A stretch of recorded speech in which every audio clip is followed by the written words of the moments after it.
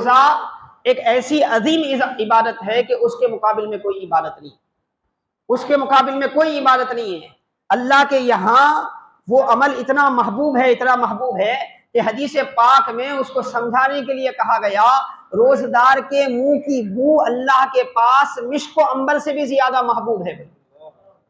مشک و عنبر جو انتہائی خوشبودار چیز ہے، جس کو ہر کوئی پسند کرتا ہے، اس سے بھی زیادہ پسند روزدار کے منہ سے نکلنے والی بو ہے۔ وہ سمجھانے کے لیے کہ بھئی اللہ کو اتنا محبوب ہے یہ بندہ، اتنا پیارا ہے یہ بندہ۔ میرے آقا علیہ الصلوۃ والسلام نے فرمایا، رب کائنات فرماتا ہے، حدیث قدسی ہے کہ ہر چیز کا بدلہ میں دیتا ہوں اور روزے کا بدلہ میں خود بن جاتا ہوں۔ روزے کا بدلہ میں خود بن جاتا ہوں، اسی لیے سب سے پہلی عبادت روزہ۔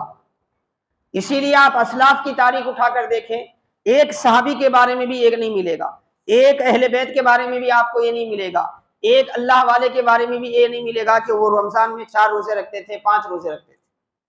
روزے قضا کرنے کا کوئی تصور سلف صالحین میں ملتا ہی نہیں ہے، کیونکہ روزہ من جملہ اہم عبادتوں میں سے ایک عبادت ہے، اللہ کا حق ہے ہم پر، اور اللہ کوئی بھی عبادت جو ہے اپنے بندوں پر اس کی طاقت سے زیادہ لازم نہیں کرتا۔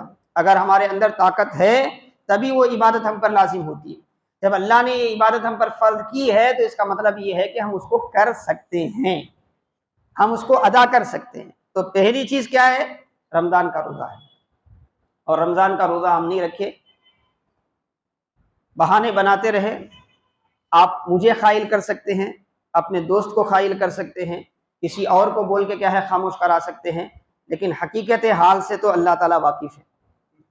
ہمارا یہ مکر، ہماری یہ چال بازیاں، ہماری یہ ہوشیاریاں اللہ کے پاس نہیں چلنے والی، اللہ کے پاس نہیں چلنے والی۔ اسی لیے نظام بنائیں، 1-2 روزے کا نہیں، پورے رمضان کے روزے کا، پورے رمضان کے روزے کا۔ ہاں کوئی بیمار ہے، واقعی کسی ماہر ڈاکٹر نے اس کو منع کر دیا ہے کہ بھئی حالت روزہ اس کے لیے تکلیف دے سکتا ہے، اس کی بیماری کو بڑھا سکتا ہے، اس کا ازالہ نہیں ہو سکتا، اسے نقصان پہنچ سکتا ہے، تو شریعت خود گنجائش دیتی ہے۔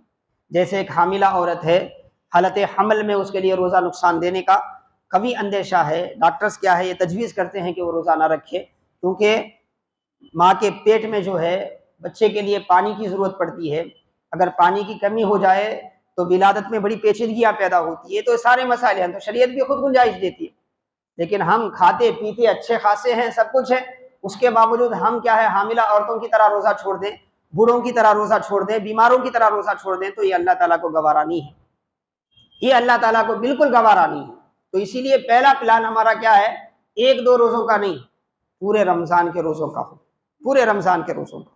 ترمذی شریف کی ایک حدیث پاک ہے، میرے آقا علیہ السلام نے فرمایا، جو بندہ جان بوجھ کر رمضان میں کوئی ایک روزہ چھوڑتا ہے، جان بوجھ کر، بغیر عذر کے بغیر، کوئی شرعی عذر نہیں ہے، اس کے بغیر روزہ چھوڑتا ہے، تو وہ اس کے بعد احساس ہو کہ زندگی بھر بھی اگر روزہ رکھتا رہے تو اس ایک روزے کا بدل نہیں ہو سکتا، اس ایک روزے کا بدل نہیں ہو سکتا۔ جو روزہ چلے گیا نا، اس کے پیچھے اس نے جو روحانی اخروی دنیاوی برکتیں گوائی ہیں، اس کا ازالہ ناممکن ہے، اس کا ازالہ اس حدیث پاک میں سمجھایا جا رہا ہے ناممکن ہے۔